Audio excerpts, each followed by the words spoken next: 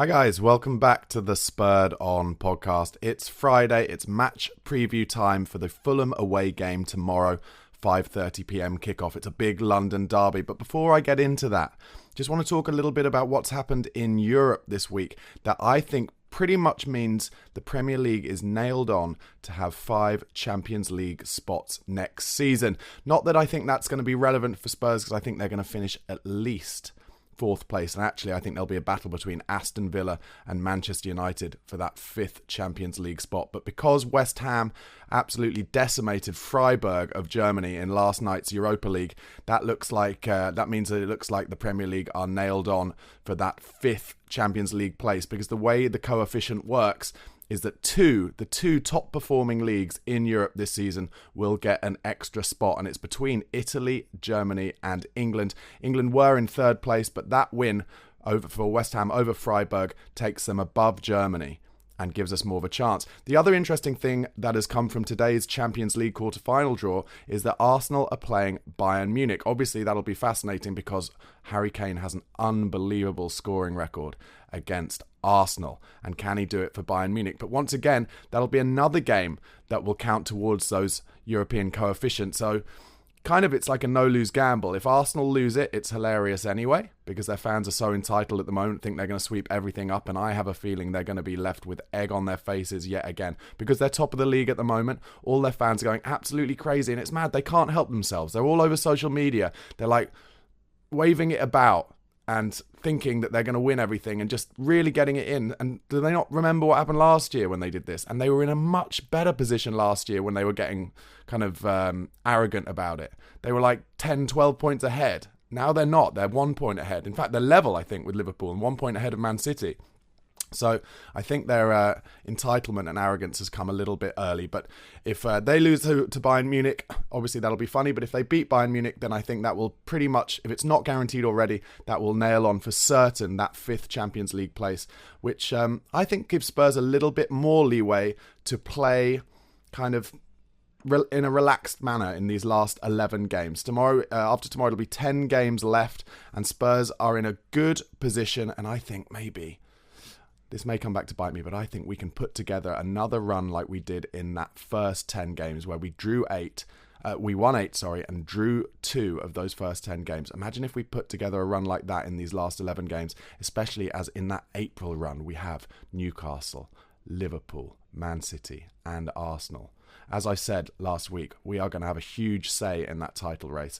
And if we can win tomorrow against Fulham, we go only 8 points behind top with 10 league games to go, and all of those teams are going to have to play each other as well. We're playing those 3 teams that I mentioned, so nothing is dead and buried. That's all I'm going to say. Anyway, before I get on to the Fulham match preview, guys, please do press that like button and subscribe if you're watching on YouTube. Please do go over to the podcast platforms, give me a follow and a subscribe there. It really helps me to make this daily content for you. Also, if you want to become a Spurred On Pro or Patreon member, it's only £1 a month. All the information in the description box. Really helps me. Thank you so much for your support, guys. Anyway, Craven Cottage tomorrow, 5:30. So, as I mentioned, we are doing well. 5th place with a game in hand on Villa. We're on 53 points, 2 points behind them after that absolute thrashing we gave them last week, 4-0 at Villa Park. As I mentioned, chance to go just 8 points behind top with 10 games left. Fulham are in 12th place, 35 points. They are 4 points behind Chelsea, so they'll be looking to close that gap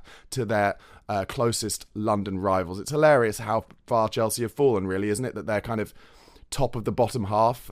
Just embarrassing. What an odd club they have turned to be. They've always been an odd club, but what a strange club. As you know from my match previews, I like to look at the table based on where we're playing that game. So in this case, the home league table, because Fulham are playing at home.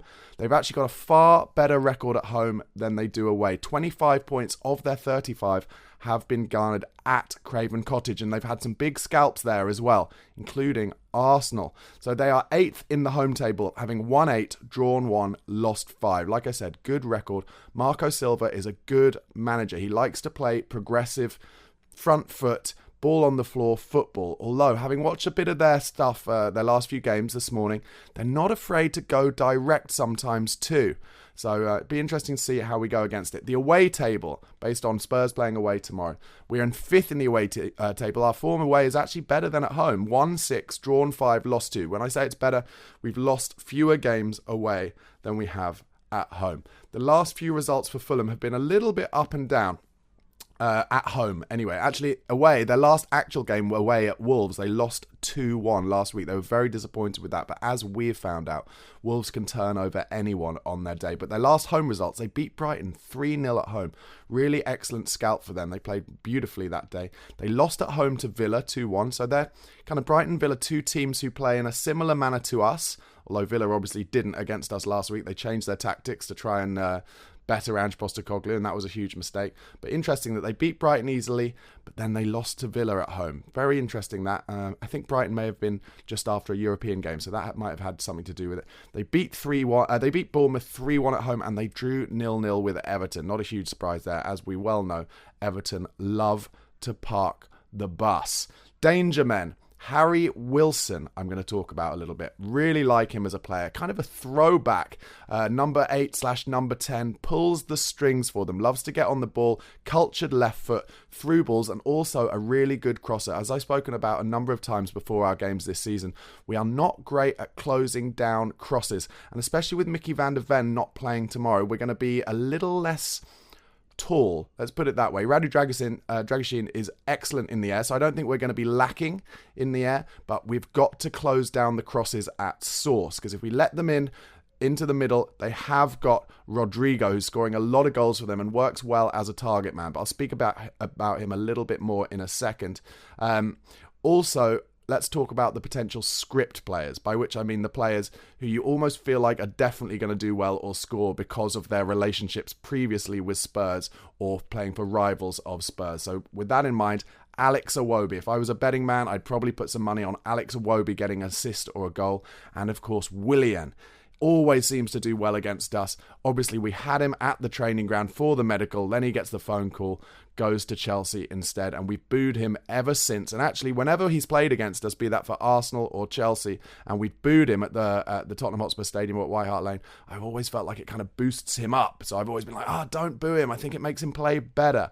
But yeah, as I mentioned, Rodrigo, their striker, Brazilian striker from Flamengo, scored 6 in 8 games. Gives them a pacey option up front, but also, as I said, they're not afraid to play it from back to front quite direct. And even though he doesn't seem like the tallest guy, he works hard as a target man. And he's keeping Raul Jimenez out of the team. And of course, your man Carlos Vinicius. Let's not forget about him, the man who gave it the full celebration when he scored against the non-league club Marine for Spurs in the FA Cup third round. He's also on Fulham's books. So João Palhinha, who I think arguably is their best player, the player that nearly went to Bayern Munich in the summer, he will probably get his move somewhere this coming summer. He has been out of the team injured, but he was on the bench in their last game against Wolves, so will no doubt start tomorrow. Another classic example of a team's best player being fit again against us. But if he hasn't played for a little while, he may be a little lacking rhythm. Let's hope that. And as I mentioned, obviously, Mickey van der Ven, it seems like his injury isn't too bad, although this preview I am doing before Ange Postecoglou's press conference, so we may get an update on that. But it seems very likely that Radu Dragusin will get his first start for Tottenham Hotspur tomorrow, and really excited to see him play from the start. I really think he could be a threat from attacking set pieces. We haven't been great from corners and free kicks going forward, and I think Dragusin, man who likes to get his head on something, if we can get the delivery right, maybe he could notch one for us at Craven Cottage as well. As I mentioned earlier, they've had some good scalps at home, Fulham. They really have. Brighton, as I mentioned, and Arsenal not that long ago. They also beat Manchester United this season. So if you're going into tomorrow's game thinking it's a shoo-in 3 points, do not. London derby, it'll be under the lights, certainly once the first kind of half an hour is over.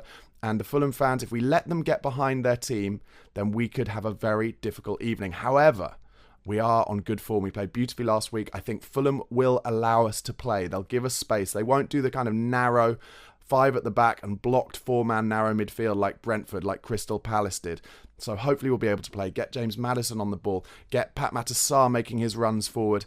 and getting the ball out to Brennan Johnson, getting the ball out to Deki Kulusevski, making things happen. And if we supply Son Heung-min with chances, he will score the goals to win us that game tomorrow night and get us just 8 points behind top with 10 games to go. Because it's the FA Cup weekend, hardly any of the other teams are playing, so all the onus is on us to make it about us this weekend. Here's my predicted team. Vicario, Pedro Porro, Destiny Udogie, Christian Romero and Radu Dragoshin at the back. And then Yves Bissouma is the 6, Pat Matassar and James Maddison. I think Brennan Johnson played well enough to keep his place. I wasn't sure about him on the left side, but he looks a man reborn. Confidence is there, and he was driving at Matty Cash all last weekend. So I want him on the left again, really driving at Fulham's back four. Sonny in the 9, and then Deki Kulusevski starting on the right, with Timo Werner potentially to come on late in the game when it gets stretched, use his pace to get in behind, and loved his instinctive finish last week, so wouldn't mind him getting a chance or two because his confidence is right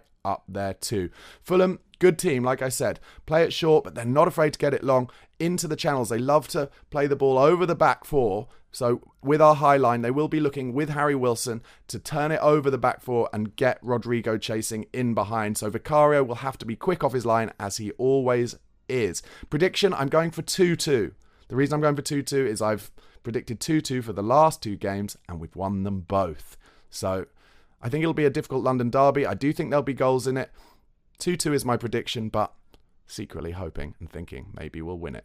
Anyway, guys, thanks so much for watching and listening. Do press that like button. Press subscribe if you haven't already. Thanks so much for your support for the channel. Go over to the podcast platform. Type in the search engine, the Spurred On Podcast. Give me a follow or subscribe. It really, really helps. And as I mentioned, if you want to become a Spurred On Pro or Patreon member, all the information is in the description box. Only £1 a month. Let's look forward to tomorrow night's game. Big London derby. Come on, you Spurs.